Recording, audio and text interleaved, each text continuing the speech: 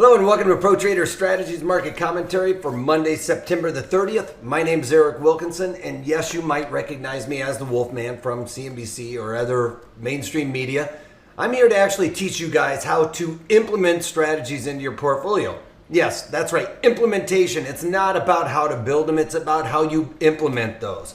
Please remember that past performance of any trading system or methodology is not necessarily indicative of future results. All right, having that out of the way, please bear with me. I still have a bit of jet lag.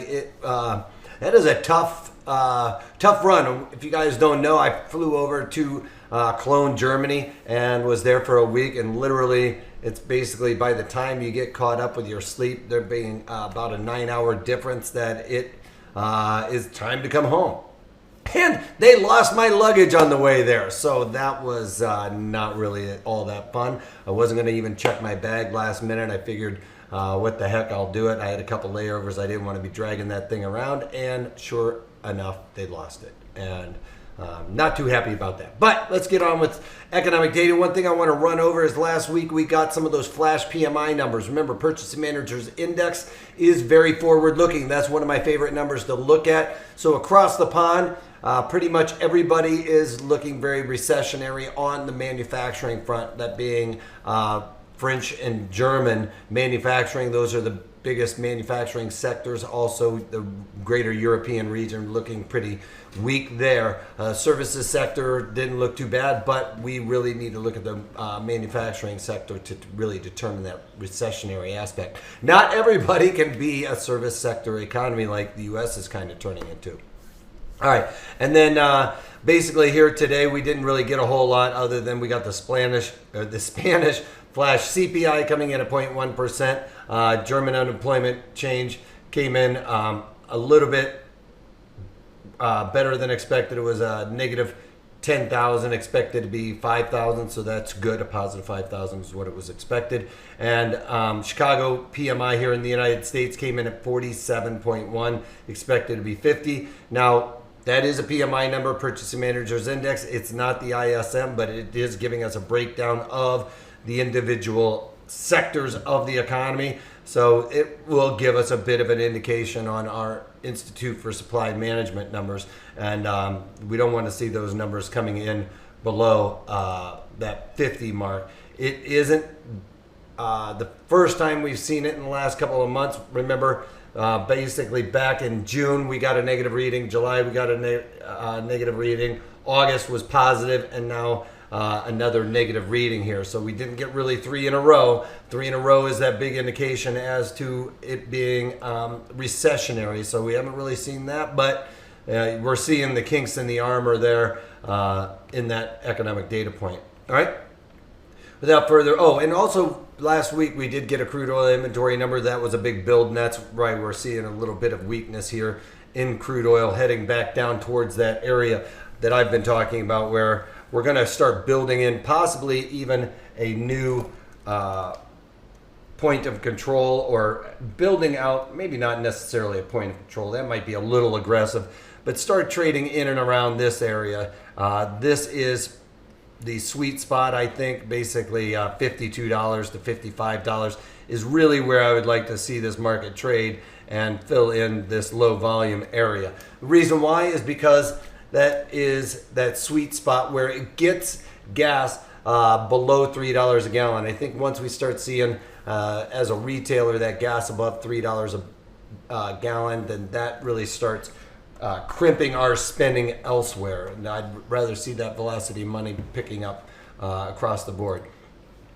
All right, gold coming off by about $30 here again. I'm not a gold bug. I don't have anything on this, so we can see that gold is starting to fall out as some of those tensions we've been seeing are starting to ebb a little bit. Also, Fed governor's really been talking about not being too much more aggressive with lowering these interest rates going forward. So that's causing, without that easy money policy, that should cause gold to start coming off a little bit. Here we're seeing the VIX come off just a little bit as the broader markets were pretty much trying to move higher. Remember, I've been talking about last week, I actually thought while I was gone we were going to see those all-time highs. Really, we didn't go anywhere. I mean, you can see that the market the entire time I was gone, for the most part, did not go outside of that range, which it has been toggling back and forth with that value area high. I thought that the market move for a all-time high was going to be bucking that whole, once you get extended outside the value area high, you lose a little momentum. But you can see here the market is toggling back and forth right around that value area high. So trying to gain some acceptance in price and value at those levels. And then we've got the Nasdaq, again, similar situation, but it seemed a little bit more negative. But at the end of the day, you can see we really didn't go anywhere all of last week, maybe from Monday on the initial sell-off. But after that, really starting to see the market calm down in and around the point of control for the Nasdaq, which is, lining up very close to that 77, 76, right where we're at. That line in the sand lines up with the Fibonacci here, the 78. But I think that this Fibonacci kind of will act as a little less of a support and resistance, because we've got the point of control lining up very close to it right here. So that is going to be more of a magnet, remember. And when we have those magnets lining up right with the Fibonacci's, it really is going to start being less of a support and resistance. It's going to kind of blur that line a little bit. And that's what we're seeing here. As you can see, that support and resistance all of last week was just kind of discounted, but that's because we were looking at the point of control there. We move over to the E-mini S&Ps. They're positive on the day as well.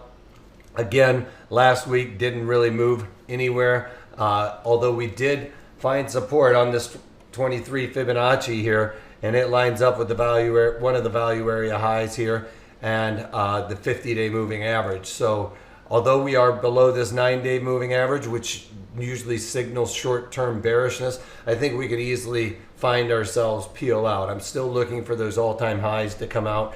We are having earnings right around the corner. It's not in the next week or so, but we do have a couple of earnings still yet this week that I'm going to be looking at, and then we start ramping it up after heading into October, I guess, and that's going to be where we start putting on some more trades. So I'm going to try and keep some of my positions off. I took off a lot of positions before vacation. I'm going to slowly get back into the swing of things, which I've already done. I've added a trade as well that we'll talk about here in a minute, because I think the tech sector is really primed to get heating up. I'm starting to become more of an Apple fan the more I hear about them getting out into augmented reality and things of that nature. Their wearables are really starting to take off. As a matter of fact, even over in Europe, I actually probably saw more Apple Watches over in Europe than I've seen here in the United States. So that should bode well for Apple, because I would say that US is usually one of those first adopters on those kind of things, but really seeing Europe jump on those type of wearables. All right, and then we've got the E-mini S&Ps, like I said, up about 20 points. This is what I was talking about. After, we could say, last week on Monday and Tuesday, the sell-off happened, but for the most part, we really had some big moves, but haven't gone anywhere. We are right back to where we were. So although we've had some volatility in there, we haven't really gone anywhere at all.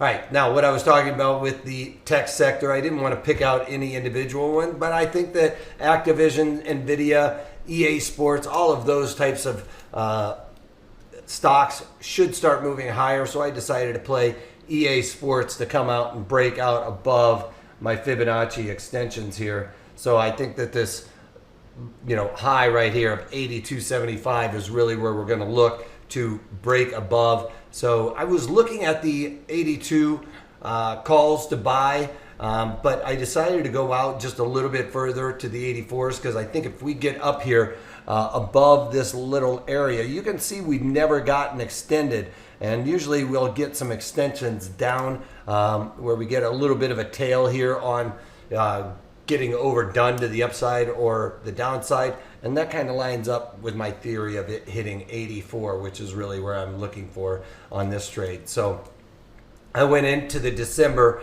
and bought the 84 calls, like I said, for $1.49. And once we hit up there and trade that $84, and that's when I'm going to look to get out. One thing I did want to mention, because I was on vacation, I did miss getting out of TWLO. You can see usually when the market comes down and trades to these levels, I've gotten my market move in the right direction on this iron butterfly. It's a long iron condor that I have on, and right here is where I was looking for the market to come down, and it came down and tested it. Even today, again, I missed that opportunity today before it really started rallying up and away.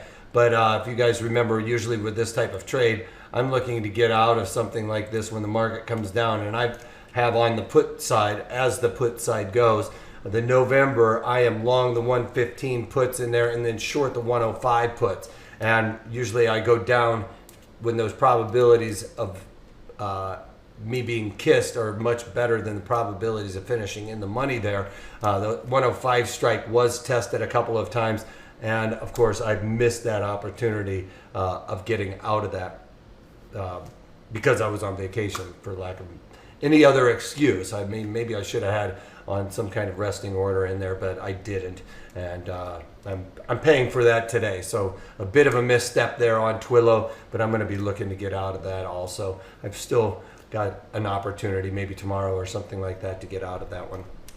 All right, that's all I got for you guys. I hope you guys had a great week last week, and sorry about missing that webinar for you guys. Usually I'm doing those every Thursday, so check out this Thursday's webinar. Like I said, it is not about how you build the strategy. That is much less important than how you implement that strategy, okay? And I'll talk about all of those details. We're going to be talking about how much you should be paying for some of these strategies, what the right underlying is that will work with them, and the actual environment. So I give you all of the details. So there's not a whole lot of guesswork left in there, all right, other than your market assumption. All right, so check it out. And if you can't take that, take it easy.